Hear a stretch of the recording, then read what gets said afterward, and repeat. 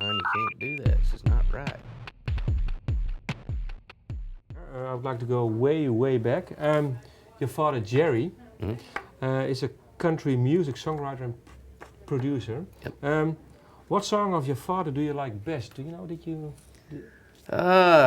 He's done all kinds of good country songs. He wrote a song for Buck Owens called "Play Together Again," which was probably one of the most successful. And then he wrote one for Johnny Rodriguez that was really popular called "Whenever You're in Texas."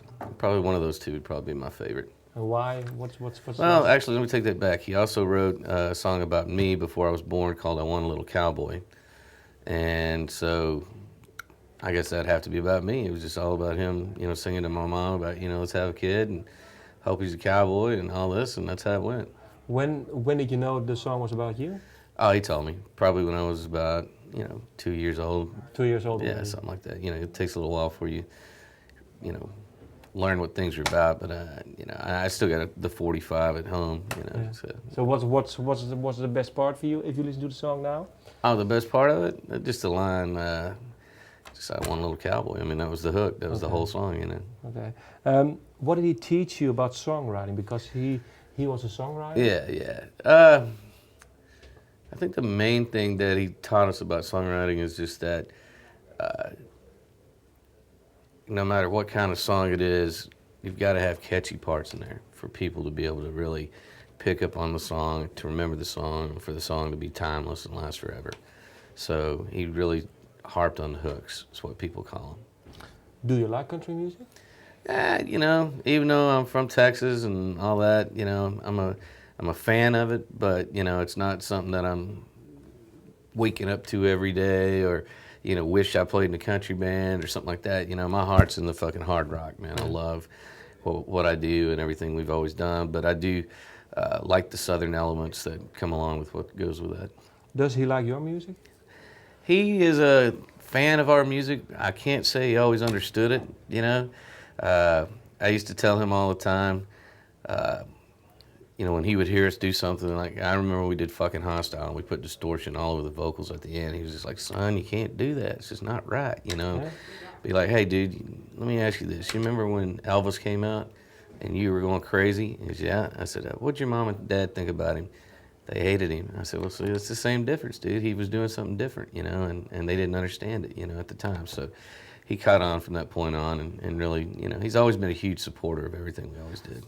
Is there one song that you and Dimebag wrote that he actually likes? Do you know? Is there one song that he says, well, that's, I wish I wrote that song, maybe something like that? I don't know about that, but we did have a song off of Power Metal called We'll Meet Again that he really, really liked, and he always thought that was one of the best songs that we'd ever written.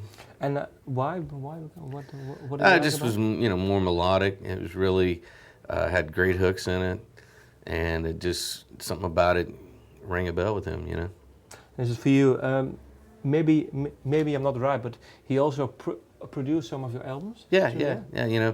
When me and my brother first started jamming, my dad owned a recording studio, and he did mainly country artists. He recorded a lot of Tejano artists, and then he also recorded a lot of jingles. Very few rock and roll bands would come to the studio until he got this rock and roll engineer named Jerry Hudson that was there. And me and my brother would always go down whenever he had the rock bands and sit around and just watch him jam, And is there one that comes to your mind now? There was a band, rock band that you really liked? There was a band called Savvy that was a really famous local band. It was really cool. There was a great blues rock guitar player named Bugs Henderson that would come in there all the time. A guy named Ricky Lynn. Nobody that ever blew up and turned into really a big band. But they were big to us because they were in the local area.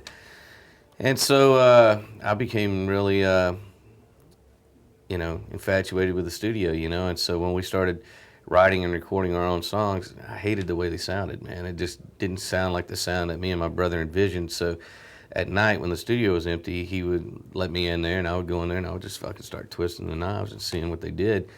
And that's pretty much how I learned how to engineer and, created the Pantera sound with the really bitey, edgy guitar, the really, attacky drums and all that. And yeah, he'd freak out on what was coming out of there. He's like, nah, that don't sound like what I'm used to. And I'm like, not supposed to, man. It's a whole new game right here, you know.